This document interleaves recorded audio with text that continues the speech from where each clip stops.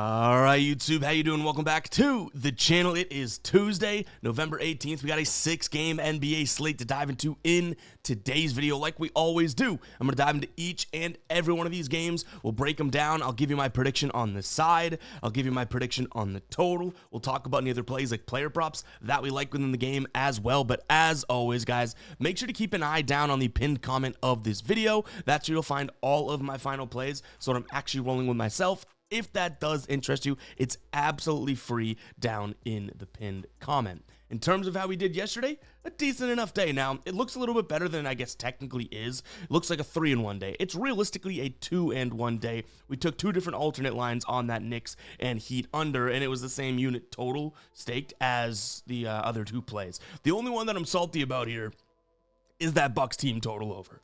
They were, I believe, on pace for like 116 or 118 halfway through the third. And then they hit the brakes, man, and they finished with 106. It was really tough to see. They even had a chance with like 6 minutes left in the fourth, and I think they scored like less than 10 points I think they only scored like 15 points in the fourth quarter, something crazy like that. Unfortunately, that one is an L, but again, positive night overall. That Knicks and Heat under comes through for us. And then Emmanuel quickly and RJ Barrett actually had the go-ahead bucket to put him over. He was at 14 points, a nice pass from Ingram with seconds left on the clock. RJ Barrett lays it in, boom. We cashed. So we'll take that positive day, a winning day, a positive day. Shout out to all the OGs that remember that word. Guys, the ride of the day, we didn't jump on board with anyone yesterday. There's a lot of good plays in the comments, so I'll give you credit there. I did see them, but got a little carried away with Monday Night Football. We had the live stream yesterday, so let's get back on the ride of the day train today. If you're like, Ev, what the heck is the ride of the day? What are you talking about? It's simple. You use that hashtag ride of the day down in the comments. I jump on board with at least one person's play each and every day. You get a shout out in the next video, win or loss. If you win, we continue to roll and ride with your plays, and you can see here we have the tracker up to date for this season. If you do lose, you still get the shout out, but unfortunately we're talking about a loss. You got to face the womp womp from the soundboard. It can get a little intimidating, so get some bangers down in the comments. Enter at your own risk. But guys, I've been loving all the plays you guys have been throwing on. Some really, really good stuff down there. What do you say we dive into today's slate? Hit that like button, hit that subscribe button. Let's get rocking here. We're starting off with the Magic taking on the Warriors. Now, injury notes here. Banchero is out. Mo Wagner still out for the Magic. And now Jalen Suggs is questionable. On the other side of things, still no Kuminga for the Warriors. Now, Buddy Hield is also probable. This is a really tough one. I do think that I slightly lean Magic. I mean, if they were healthy, if we had Banchero, if we knew that Jalen Suggs was playing, this would be a spot in which I love the Magic, simply for the reason that they do really well at stopping the perimeter and points allowed in multiple ways, right? So not even just from a covering it standpoint, but you can see it here, right? The Golden State Warriors, third in terms of corner three and above the break frequency. Well, first and foremost, this Magic team isn't letting their opponents even get those shots off. Third fewest corner three attempts, third fewest above the three attempts. So we like to see that, right? Down here, you can even see catch and shoot jumpers, the number one team in terms of frequency against, and Golden State, number one team in terms of frequency for of those catch and shoots. And yes, they're allowing the fewest points allowed from three. My concern with being even at all comfortable with this play is that I'm not exactly sure where the Orlando offense fully comes from with no Banchero, right? Is this going to be the Franz Wagner show? Desmond Bane is obviously a guy that's going to shoot some threes. He's been getting into the paint as well, so maybe he steps up. I'll say Orlando plus a 3.5 simply because of that defense, but it does have me shaking a little bit that we may not have Suggs, who I think has been a big piece of their offense this year, obviously, and then Paolo Banchero is already out, right? So I lean Magic, but the injuries may keep this one off the card today. Total at 223. Wouldn't be surprised if this one stays under this number. I just talked about the defense. If I think the Magic have a chance to even win this one outright, and it's kind of all based on the defensive side of things, yeah, we're probably leaning slightly towards an under there, right? Now, what I want to take a peek at is the guys that shoot the catch and shoot threes on Golden State, right? I really do want to target that defense, and we backed Moses Moody last time out, right? We took him over 2.5 threes for plus 120 or something like that, and he hit 5 in like the first half.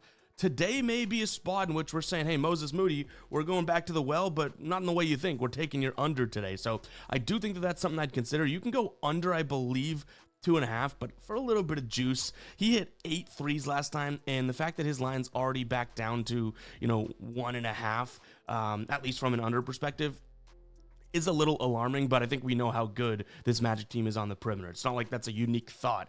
Anyone that's looking at these numbers can see that. So that'd be where I go, but I feel we'd want to get 2.5 at consumable odds, not 1.5. He could close his eyes and accidentally make 2, you know what I mean? Nets taking on the Celtics, a big number here, 10.5. That total at 223.5, same total as we had last game. Celtics coming off of a win against the Clippers. We didn't cover in that one. We had a -4.5. They were covering all game, and then that third quarter, at the end of the third quarter, Clippers just absolutely made it a close game, and I was like, of course, we jinxed it. But hey, today's a new day. That was days ago, right? I do think the Celtics team's a better team. I don't have all the much faith in the world in terms of them being 11 points better than a Brooklyn squad, but you got to look at this Brooklyn squad and say, what are we doing here, right? I mean, they're 2-11 on the year. They're 0-6 at home here, so that's not going to help them. Against the number, just 5-8, but the Celtics are only 5-9 against the number. And when we look at this team from this spread perspective, the Celtics this season, in terms of being able to cover a 10.5 point spread. So if this was the spread on all of their games, they've only done it in, I think it's like 4 of, I don't know. So I guess the games that because they've covered in 5 games, 4 of them have been decent enough covers, right? New Orleans, Cleveland, they beat pretty handily, the Washington game, and then Memphis. So yeah, when they're covering big. I lean Celtics. I am a Celtics fan. It's not biased at all. I'm not too high on this team this year. In terms of what we have from a net side of things, the total side of things, then we'll get into a Nets player prop.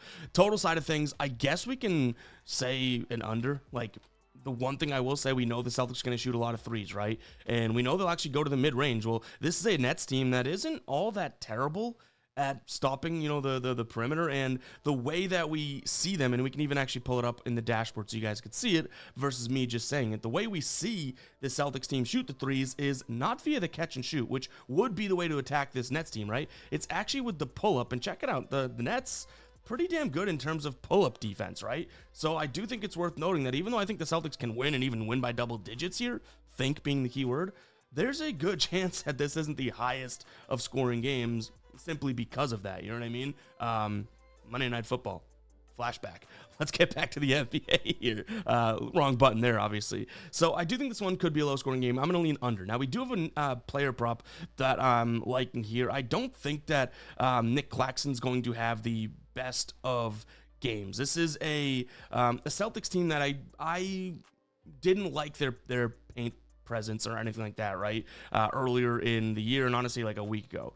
I felt like watching those games, yes, the numbers may look good about points in the paint, but watching them really kind of, made me think that they weren't that good. But they've actually been pretty damn good in the paint. Neemias Queta has been decent enough, and he's actually taken over some games. I think that he's going to be in a spot to be able to kind of hold Nick Claxton down. Now, Nick Claxton, 21 points plus rebounds. I don't mind the under there.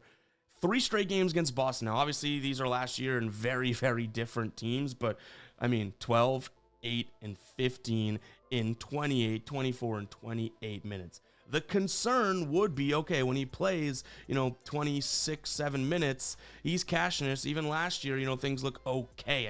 Obviously not as good, but he has more usage this year from a points perspective. So, yeah, I don't mind this spot. Now, if you wanted to pivot to maybe a rebounds line under 7.5, I don't mind that. He's actually had 8 rebounds 4 times this year, and this is my concern with just separating the rebounds, right? He's actually had some decent rebounding numbers against the Celtics in the past. I don't think it's a bad spot to take a peek at his unders, though. And Jaylen Brown's overs would be what I consider here. This is a Brooklyn team that, yeah, if you do want to score in them, you get into the paint, and I like Jaylen Brown getting into the paint today. The problem is his lines are like 27.5. All right, guys, before we continue on, I want to talk to you about DirecTV, and I'm not talking satellites, I'm not talking contracts, all the things you may be thinking with DirecTV as of old. This is DirecTV streaming. It's super simple. You sign up, and boom, you are good to go. You can watch it from your phone, your laptop. You get mailed a really little box with an HDMI cable right into the TV, and you're cooking with fire. They got 50 plus sports channels, including all of the ESPN package, so no more of the debacle with some of the other, providers and stuff out there losing channels. DirecTV has you hooked up. Check it out, guys. Right now, you can get $10 off per month for your first 24 months, 2 years. Get this at, I think it's what, $84.99 per month.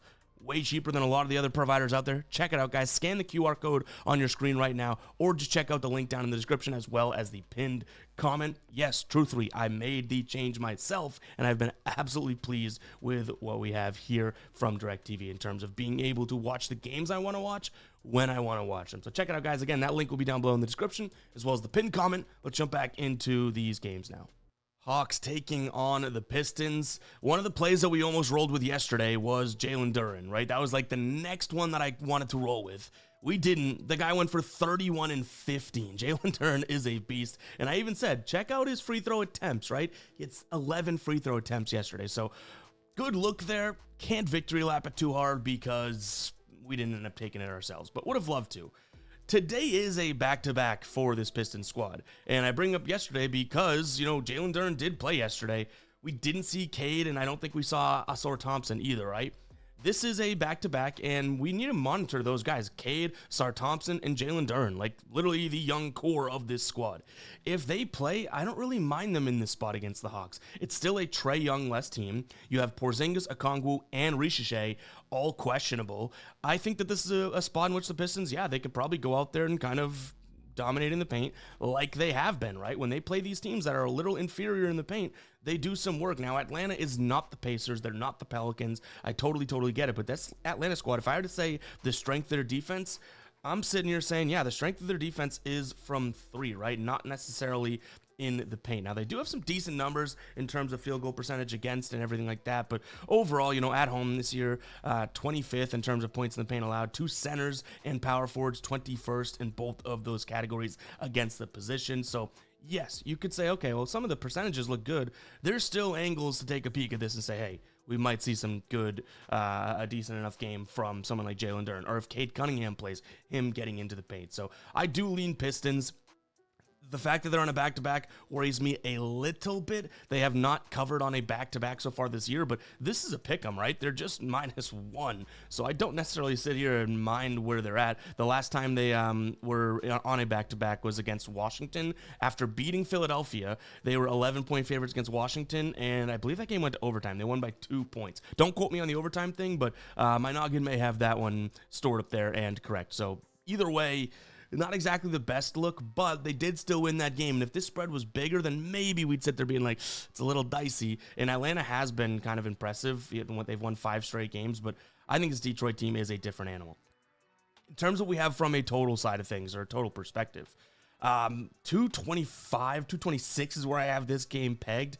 Detroit on their back-to-back, and if they're going to score in the paint, I think they're going to try and slow things down. They are the 18th ranked pace team so far this year, and Atlanta's number 5. Now, Atlanta, with a rest advantage, is 100% to their overs this year. So I get it if someone wants the over, but I think that you're almost thinking, like, if Detroit's winning this game, it's going to be an under. If Atlanta's winning this game, it's going to be an over. And clearly, if I'm leaning towards Detroit, slightly into the under. And I talked about it. I don't mind Cade, Ausar, or Jalen Duren getting the job done in the paint. If Thompson plays, that may be, out of the 3, my favorite spot to look at.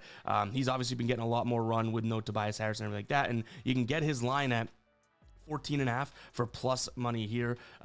His last few games against this Atlanta squad, 16, 13, and 14. And those were only with 24, 25, and 17 minutes. When he started to play before, not playing, 10 days ago or so, he was playing 31, 35, and 34 minutes. Way more minutes there. Spurs Grizzlies. Now, from the outside looking in, you probably turn to this one and you go, oh my God, Spurs all day, -6, right? But no Victor Wembanyama here, and I believe Victor Wembanyama is due back, I think he's due back after, I want to say, December kicks off. So you got, 2 weeks without Victor Wembanyama for the calf injury, and that's going to matter a hell of a lot. Now, the good news, I would say, is that De'Aaron Fox is healthy, and De'Aaron Fox is obviously a damn good basketball player. I think that he's able to, still lead this San Antonio team, especially given the fact that Memphis in the pick and roll, I don't really trust all that much. I don't necessarily trust them fully in transition either, which these are all things that De'Aaron Fox likes to roll with and likes to do, right? So I think De'Aaron Fox still leads this Spurs team. The big question is, do we come into this and take a peek at the -6 with no Wembanyama? I'm a big Cornet guy. He's who's filling in for him. I don't think that, it's not like this team has no big man down there, but let's be honest. No Wembanyama going to Cornet is a hell of a drop-off. Also, there's another major injury. What do we have here? I forgot to mention it, and now it's not off the top of my head. Stephon Castle. He's out as well. I think he's due back. He just has like a hip injury. They ruled him out for this one, but it's not a long-term injury. I do think that this is a spot in which the Spurs can still get it done. No Ja Morant, right, for Memphis. Clark, Ty Jerome, Pippen still out, Small still out. So, if both teams are missing their best player, De'Aaron Fox, I think, is just a tad, and maybe more than a tad, but he's the next best player in this game compared to Jaren Jackson. So I like the Spurs. 6 points is a lot, though. I think the Spurs can still kind of score from the perimeter, which is obviously very, very good. If we take a peek at who's shooting those catch-and-shoot threes, which I think, pull-up threes is what we want to look at here. So who's shooting those pull-up threes? I think that we can obviously guess it's most likely a lot of De'Aaron Fox there, with Castle especially out, but Devin Vassell might also be a sneaky look here. So De'Aaron Fox and Devin Vassell, two guys that I would consider today. I think De'Aaron Fox's line is going to be awfully high, but probably for right reasons, right? Devin Vassell might be a nice pivot here because with no Wembanyama, those shots have to go somewhere, and no Stephon Castle. That'd be my next thought. Devin Vassell is obviously a very good scorer, very good shooter. His line's at 17.5. I don't think he's even hit over that once this year. Once, the second game of the year. But with no Wembanyama, if we take a peek at it, last year he hit this line plenty, only 45%, but with no Wembanyama, a little bit better. He averaged nearly 17 points per game. So maybe that's a consideration there. I feel like we talked a bunch about that. Did we even talk about the total yet? I think this has somewhat of an up-tempo game, but I would consider Spurs team total over before I do full game over because this game, the Memphis Grizzlies may slow things down a slight bit with no Ja Morant. That was definitely one of those games where the Guppy's going to be like, dude, you ramble. Can we cut some of the fat there? And you know what? Hand up. That one might be a ramble game. Comment ramble if you made it this far into the video. Let's move on here. We got the Lakers taking on the Jazz. I don't think there's any question as to who's the better team here, but I do think that there's a valid enough question to ask, is this Lakers team 13-point favorites, 13 points better than this Jazz team? I'm willing to say yes. We saw what they did to New Orleans, and I think that that's the biggest comp, right? A really bad team, they beat them by 14 points. The Jazz, probably a little bit better than New Orleans, but then they follow it up on a back-to-back and beat the Milwaukee Bucks 119-95 a couple days later. So I like this Lakers team. They're now back home. They're actually 7-2 on the road this year and only 3-2 at home. They haven't played many home games, but Utah is 1-5 so far this year at home, and from a covering perspective, they've only covered in 33% of their games, whereas the Lakers, in those 3-2 record, they actually covered in 60%. I think it is nearly the 3-2 or whatever. But to me, I do like the idea of probably the Lakers, but maybe to some sort of like a money line parlay or something like that. I think the pick and roll could be really successful for them today, and the isolation as well. So obviously that's kind of screaming Luka, but to me, it's still a pretty hefty point, especially when I mentioned the pick and roll and the isolation. The isolation specifically is a weak spot of this Utah team, and Keontae George may have a decent enough game. That being said, they've actually been covering, the Lakers been covering the point guard position pretty well, but overall, I think that we could see some points in this one. Obviously, that total's way up there, 237. I'm not the first one that had this idea, but I'm going to lean slightly to the over. I think this one could get to 240, like a 127 to 114 type of a game, right? Which puts us at 241 if my math's correct, and it also is the Lakers barely covering type of thing. I think that we could see that type of a game. I mentioned Keontae George. I think Luka also has a decent enough game, but if this is a blowout, it may impact both of those guys, right, in terms of them being able to get to their numbers. Portland taking on the Suns here. The Suns were playing some really good basketball. They had won 5 straight games. They do lose to Atlanta. Portland has lost 4 of their last 5. They started the season pretty impressive, and Drew Holiday was leading them. Drew Holiday's doubtful in this one. They have a ton of injuries that they're dealing with. They are at home, and I think that's important. They're 3-2 so far at home. The Suns are 6-2 at home, only 2-4 on the road. But this spread isn't big enough for me not to focus on star power here, right? Jalen Green's still out. Grayson Allen is out. But Devin Booker is still a guy that I'm taking a peek at, being like, how can he not just dominate this game, right? We take a peek at him in terms of where he's going to be shooting from and all that jazz. No jazz in this game, just the saying. you could see it. Look at this. Like Devin Booker, we know is gonna, shoot from all 3 levels. And Portland's decent, at maybe at the restricted area, decent from the perimeter. But all Devin Booker's, his life is here in the mid-range and kind of in that paint. I can't imagine Devin Booker doesn't have a decent game. And even from a pull-up jumper standpoint, Portland's not very good at it. Phoenix obviously very good at it, and Devin Booker very good at it. In the isolation, in the pick and roll setting, against, a true shooting guard. Now, obviously, he is the point guard, but maybe a true shooting guard in terms of what he actually is. I think that's a Devin Booker game, and if it's a Devin Booker game, I don't think that I can look past the Suns. So I lean towards the Suns in this one. I mean, they're underdogs, right? We can get Devin Booker. We can go Devin Booker 25 plus in a Suns alternate line in this game and have a decent enough spot for some sort of a same game parlay. We cashed that a little early. I think we cashed that twice, a little earlier in the season, right? But yeah, 29.5 points is obviously a big number. But the last 2 times he's played Portland, 37 and 34 on 18 and 18 field goal attempts. So when he shoots the ball 18 times, I like him to do that. But again, what I wouldn't mind is the idea of him going for 25 points. And which he's done in all 4 of his last games against Portland. He's also done it in 10 of 14 games so far this year. And on the road, he's done it in 4 of 6. Don't mind that, right? And then we look at the Suns also maybe +5 or something like that, giving them a couple extra points. If they win it outright, great. But I think Devin Booker kind of controls this one. So yeah, that's where I'm going to lean in this one from a, I guess, side and player prop perspective. The total is a tough one because his Blazer squad will run. But the Suns like to slow things down. They really do. And if I'm looking at Devin Booker in the isolation and the pick and roll, I do think the Suns slow it down to some degree. I'm going to lean slightly under. I have this one pegged right around 236, 235, so it's not the strongest of lean in terms of where our numbers are at, but it is what I'm taking a peek at. So Suns and the under, and then Devin Booker, I think from a player prop perspective, I don't know if you can go wrong with him today, especially if you can snag him in a parlay at an alternate line. I really do like that. But guys, that is going to wrap it up for today's show. Hopefully you guys did enjoy. If you did, go ahead and hit that like button, hit that subscribe button. We'll catch you guys in the next one, all right? Peace out.